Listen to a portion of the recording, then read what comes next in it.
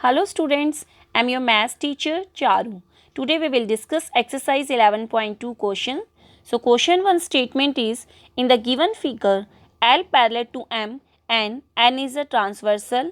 If angle C 72 degree, find the measure of each of the angles A, B, D, E, F, G and H. तो given figure में L और M parallel lines हैं.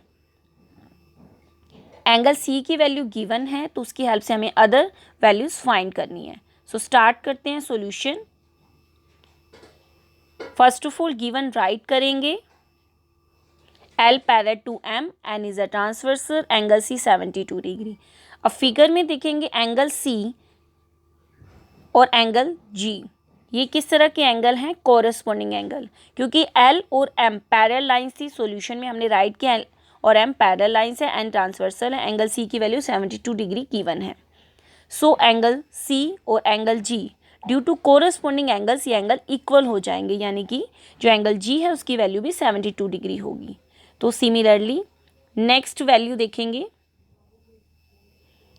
Angle F और angle C. Figure में angle F और angle C अगर हम observe करते हैं तो ये अल्टरनेट एंगल बनेंगे, एंगल सी और एंगल एफ, क्योंकि ये ट्रांसवर्सल कि लेफ्ट साइड एंगल देखेंगे सी है और एफ है राइट साइड. ये दोनों अल्टरनेट एंगल होने की वजह से इक्वल हो जाएंगे. एफ की वैल्यू भी 72 डिग्री आएगी. सिमिलरली हमने जी की भी 72 डिग्री ही फाइंड की थी. नाउ एंगल ए और एंगल जी, ये दोनों जो एंगल है ये अल्टरनेट एंगल हैं, बट अल्टरनेट एंगल ये एक्सटीरियर हैं. अल्टरनेट एक्सटीरियर एंगल होने की वजह से ये दोनों एंगल ही इक्वल हो जाएंगे. सो एफ और सी ये अल्टरनेट इंटीरियर थे, ए और जी अल्टरनेट एक्सटीरियर एंगल होने की वजह से इक्वल हैं. नाउ नेक्स्ट प्रॉपर्टी नंबर 3 हमने बेसिक में रीड की थी कि angle on the same side of transversal, अगर हम सेम साइड ऑफ ट्रांसवर्सल के एंगल देखेंगे सी और ई तो इनका जो सम होता है वो 180 होता है. तो हमने राइट किया एंगल सी प्लस ई, क्योंकि सी की वैल्यू गिवन है तो इसकी हेल्प से हम ई भी फाइंड कर लेंगे. तो angle C plus E is equals to 180 because angle on the same side of transversal. तो इनका सम कितना हो जाएगा? 180. सी की वैल्यू 72 डिग्री हमारे पास है तो ये राइट साइड माइनस हो जाएगी. इस तरह से एंगल ई की वैल्यू 108 डिग्री आ जाएगी. नाउ नेक्स्ट वैल्यू देखेंगे. अब ई और चेक करते हैं डी. एंगल ई की वैल्यू 108 हम फाइंड कर चुके हैं. एंगल ई और एंगल डी ये दोनों अल्टरनेट एंगल हैं. एंगल डी और एंगल ई अल्टरनेट होने की वजह से इक्वल आ जाएंगे.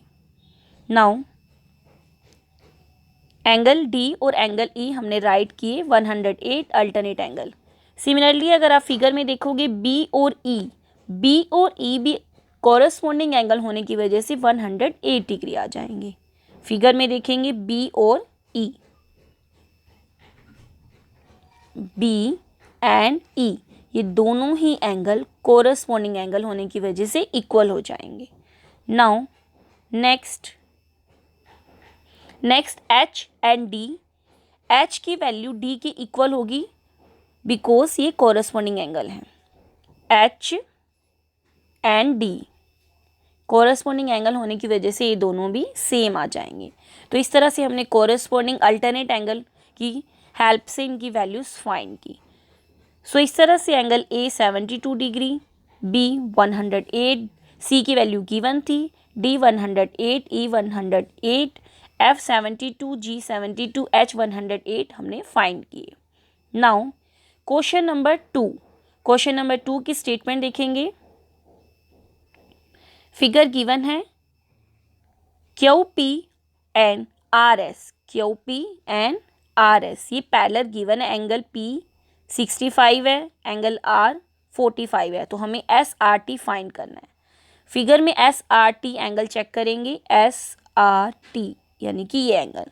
तो आप देखेंगे कि O Q P and R S ये दोनों पैरेलल थी. तो S R T and P Q R ये दोनों किस तरह के एंगल होंगे? कोरस्पॉन्डिंग एंगल होंगे.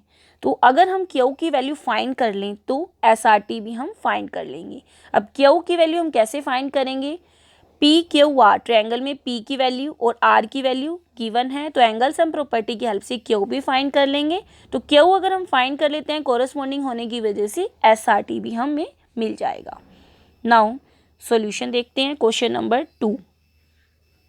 क्वेश्चन नंबर 2 में फिगर बनाएंगे, गिवन राइट करेंगे।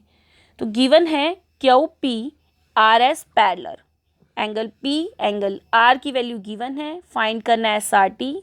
सॉल्यूशन में हमने राइट किया सिमिलर जो हमें गिवन था। सो हमने angle sum property P Q R triangle में अप्लाई किया। Angle P plus Q plus R 180, P और क्यू की वैल्यू 65 45 गिवन थी, तो हमने पी की वैल्यू 65 राइट की, आर की वैल्यू 45। तो इस तरह से इन्हें सिंप्लीफाई करके क्यू की वैल्यू भी हमने फाइंड की। अब 65 और 45 लेफ्ट साइड प्लस की हैं, राइट साइड माइनस में हो जाएंगे। 65 45 प्लस होकर 110, 180 माइनस 110 70 डिग्री आ जाएगा। तो क्यू की वैल्यू यहाँ पर 70 डिग्री आ गई। अब स्टेटमेंट में हमने कहा था कि जो P Q R S R T, Q P और एस आर ये पैरेलल गिवन थे, तो कोरेस्पॉन्डिंग होने की वजह से दोनों इक्वल आ जाएंगे। क्यू की वैल्यू हमने फाइंड कर ली है 70 डिग्री, तो एस आर टी भी कितना आ जाएगा 70 degree due to corresponding angle. Therefore हमने राइट किया angle S R T equal P Q R is equal to 70 degree due to corresponding angle. तो इस तरह से हमने क्वेश्चन 1 एंड 2 डिस्कस किया। होप सो आपको ये क्वेश्चन अच्छे से क्लियर हो गए होंगे। Thank you.